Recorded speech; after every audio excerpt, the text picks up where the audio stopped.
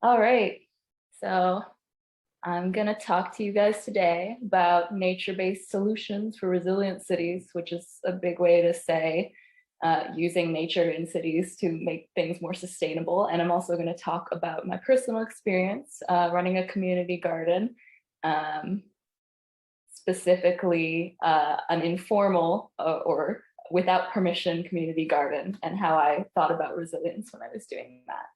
So I'm going to give my presentation. We're going to do a quick Q&A, and then we're going to do a little design workshop. So, and I'll introduce me really great already. But I did product design, and then I went on to urban planning, where I'm currently working, also in landscape architecture, which is a bit new to me. And we engage with communities and indigenous people and ask them about how they want their spaces to be and what they want them to represent. And this summer I made a without permission community garden on an empty construction site, and it was an adventure, and I'm going to tell you about it in the second half of this presentation. Yeah, I pretty much outlined this. So first I'm going to talk about some challenges in urban spaces really quickly. We've got the urban heat island effect. So because there's so much pavement and gray space in the cities, it really heats up our environments. And something as simple as a tree can provide shade and kind of reduce this effect. So it goes even further than, you know, climate global warming. It's specifically these urban spaces with so much gray pavement can become really, really hot. We've got flooding and extreme storm events. You've got a couple examples from within Toronto here. You can see how it's kind of accelerated. The rainfall for the Finch Avenue collapse was a lot in 3 hours, and our infrastructure isn't really equipped to handle all the storm water that happens in events that are happening now. So that's an issue. We've also got the water quality. So when the water runs off the surface of our kind of cities, basically, all of our paved surfaces and our roofs and our parking lots and even our agricultural lands, everything that's in there runs into our lakes and our sewage systems and can cause issues. We've got air pollution. You guys know that one. We've got noise pollution. This isn't thought about as much, but having a lot of noise in your space, like an airport nearby or loud construction, can actually have a pretty big influence on your hearing and your health and your quality of life. We've got cold and wind, especially in Toronto. We've got a bit milder climate, but in Canada in general, it can get pretty cold. And the way we build our buildings can actually create wind tunnels. If you've ever like walked down the street and then you have all this wind blowing at you, and then all of a sudden you turn a corner and there's no wind, you've probably experienced that. So there's ways that we can kind of build our spaces to reduce that intensity. And at the bottom right, you can see actually a model that they would use to test how the wind goes in certain urban environments. And then we've got a loss of biodiversity. So if you've heard of endangered species, we're losing a lot of pollinators that pollinate our plants and make vegetables and fruits grow, animal habitats. We're losing native plant species. And just general lack of access to nature. We live in sometimes very gray spaces, and it's shown that being near nature increases your mental health. It leads to better physical health, better development in childhood, and also they're good community spaces where you can, you know, meet your neighbors. And so here are some nature-based solutions that can help with some of these issues. So I don't know if you can give thumbs up here right now, but how many of you are familiar with the idea of green infrastructure? I don't know. So gray infrastructure is like the building blocks of our city. We've got bridges, roads, parking lots, and green infrastructure is using nature sometimes. So that would be a nature-based solution, or working with nature to do the things that we do with a lot of things we do with gray infrastructure, like deal with our storm water. So an example of natural infrastructure could really just be a tree on the street. And I'm going to give you some more examples. So we're going to focus on kind of the green infrastructure umbrella today, because that's what I do a lot in my work. So green infrastructure could be our ravines, our wetlands, our lakes. You can see I put a picture of the Don Valley. That's in the East End near where I grew up. And this is a picture actually of the ravine right near where I grew up, and they're currently fighting for it because there's going to be some transit that's going to disturb the space. And Spruce Lab, my company, is supporting that a bit because they're so important. They're places where wild animals that like species can live, and certain plant species that have trouble living in kind of the harsh city environments, they can find a kind of an oasis in these spaces and survive. We've got rain gardens and rainwater harvesting and bioswales. And so these are all kind of ways where we can plant plants and the soil in a certain way that it absorbs a lot of the rain that's falling down. So how we talked about earlier, how the runoff goes into the lakes and can pollute. This way, the water infiltrates into the ground instead of just running off the flat pavement, and can be retained there for a while, can go back into the air, can go stay in the ground, and the plant roots and the soil help with this. And here's a little example of kind of the difference that natural ground cover can make on where the water goes.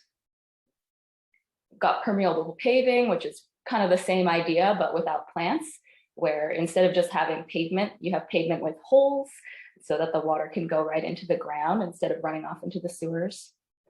We've got green roofs, you're probably familiar. There's all sorts of different sizes and types of green roofs. And we've got urban agriculture and normal agriculture and healing gardens and rooftop farms and all sorts of places where we grow food or seeds or trees, sometimes for the purpose of consumption. And they're great community spaces, but they can also have practical uses and help with all the things we've mentioned before. So here's a little summary of what green infrastructure can do for the community and the environment. One of the things I didn't mention was green roofs can help with the energy efficiency of a building. So you have plants on top of the roof, and it can actually keep in the heat or keep it cool in the summer, which is really cool. And green spaces can provide an amenity space for people, shade. Trees and bushes positioned in the right way can actually help with noise and diffusing wind. So there's a lot of amazing things that green infrastructure and putting in green infrastructure can do. And so I'm going to talk about my garden. So before I started this garden, I did some research where I interviewed a bunch of people in Toronto that do kind of illegal gardening and stewardship. And I'm just going to play this little video about the research. Public land is meant to provide value to the public, but it usually has pretty restrictive expectations on how it should be used. Some people independently decide to interact with public land by growing food and native plants, by reducing the spread of invasive species, by maintaining and trimming plants, by collecting parts of plants for food, medicine, and seeds, and technically, all of this is illegal. Some people call this relationship with the land guerrilla gardening, earthwork, stewardship, restoration, or nothing at all. But why? Could the goals of these informal growers and stewards and the public landowners align? Through semi-structured interviews with informal growers and stewards on public land in Toronto, and the landowners and nonprofits involved with them, as well as a literature review of government land use goals and programs, I will discover the benefits and risks of this type of activity on public land, where goals align and conflict, and why some people don't use the existing programs in Toronto. Ultimately, I will explore the potential for flexible agreements between people and public landowners that leverage the knowledge and effort of community members in order to help meet government goals of environmental resilience and community vibrancy, benefiting the health of all, individuals, communities, and the earth.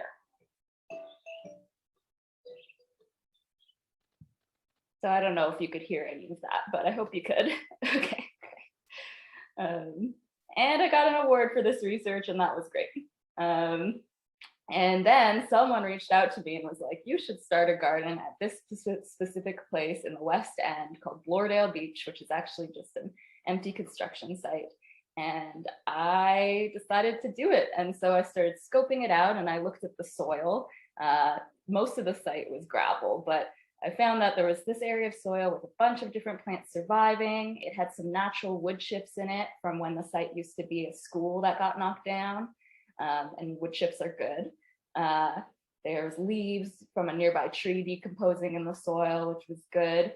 And most of all, it wasn't gravel, so it was the best soil quality that I could find. But soil is really important, and we spent the rest of the summer kind of adding fertilizers to it.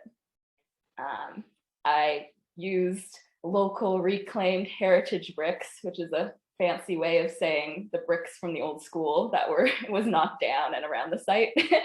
But I say that in a funny way, but it's true that increasingly as landscape architects and planners, we work on using what's already on the land and trying to incorporate it into what we do next, so that we don't have to, first of all, spend the energy and the cost to bring materials off the land, but also so that we can kind of recognize what's already there. So you incorporating a heritage building or part of a heritage building into a wall, or using, if you dug into the ground and there was a bunch of a particular type of stone, maybe using that stone in the landscaping. And basically I started with these little signs and just telling people to be nice and that they could use the garden, and I kind of put a garden at your own risk sign to be funny. And from that, it became this really, really big garden that I did not expect, because people kept wanting to dig more beds, and it was really great. And we were growing tons of stuff. And yeah, so you can see there's a lot of people involved. Every time we would, if you can see that bottom right picture, people would pass by and take a look. And it just grew. And we managed to grow a good variety of food. We've got tomatoes and lettuce and cucumbers and herbs and broccoli for the first time. You can see in the top right there, I was so amazed. Beans, tons of stuff. And so this is one of the things that I learned at the very beginning of starting the garden, and applies to so much in terms of urban resilience, is diversifying our plant life. So for example, I planted 2 different types of kale, red kale and a green kale.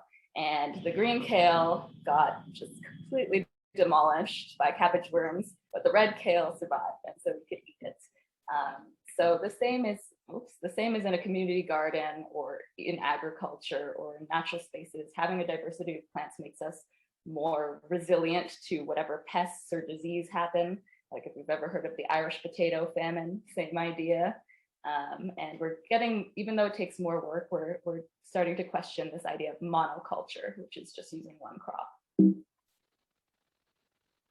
We invited pollinators by planting some native plant species. A lot of us think about honeybees when we're thinking about pollinators, but they're actually not native to Ontario. There's 400 types of wild bees that are native to Ontario, and you can see in this article that 1 in every 3 bites of food that we eat are from wild bees being able to pollinate our food. So that's something to think about. People are planting pollinator gardens that help provide habitat, because that's what they're missing and that's why they're dying off. And then also thinking about seed collecting, as you see at the bottom there, which we tried to do with the garden, collecting seeds of native plants so you can plant more again in the future. Yeah, save the bees. And then we've got water, which is arguably one of the most difficult things when it comes to urban agriculture. Since it was done on a site without permission, we didn't have access to a hose or anything. So I had to wheel some water from a nearby neighbor who allowed us to do it. That was really awesome, and transfer it into a thing, and then, go ahead and water. I'm trying to play this one. And we thought a lot about water retention, keeping the water in the soil for longer, because I couldn't water it as much as it needed to be watered. So one thing we did was put down wood chips everywhere, a big layer of wood chips, which helped absorb the water and keep it in the ground and keep shade on the soil, so that it could retain the water longer and the plants could survive. And then the garden was going to be removed, or so we thought. this is a video of me that I don't like to look at, but I think it's a good expression of what happened at the time. And I posted it on our Instagram and revealed my face for the first time, kind of explaining what happened. I just had an interesting conversation. I'm finally revealing my face. Hello, everybody. I'm Laura, and I was one of the people that started the Floridale Beach Community Gardens. So basically, I've just been told that the working team for the TDSB has been stalling for us. They've been told to rip out the garden. And so they're just not sure what to do. And they tried to kind of maybe suggest that we move the gate so that it goes just around the entire garden area, which it seems like it would be pretty easy to make this area safe. It's in a tall wooden wall area. So I would really appreciate if everyone could reach out to their network, figure out who we can talk to make this garden stay. Yeah, so basically the garden they're gonna start construction. So I tried to extend the life of the garden. And actually I feel like the order of this, anyways. In the end, we did talk with all the politicians and landowners, and they agreed to keep the garden for as long as possible because the community really, really loved it. And they called their counselor, and we had the MPP, which you can see on the left there in the blue. She came for a little tour and advocated for the garden to stay because she could see how much the community had grown to love it. And that was really nice. And we have this little video of us harvesting our potatoes.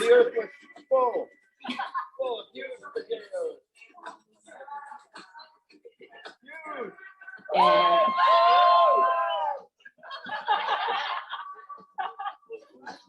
as you can see, there's pretty much nothing. And that, I think, kind of goes to show how community gardens are often like. It's not easy to grow plants, but I think what was really great was that the community came together and we got really interested and we got to see how it works for people that have never grown anything and connect with where our food came from and understand how hard it is to grow food, how much goes into growing food, which I think is really important for us who maybe live in the city and have never seen how food grows.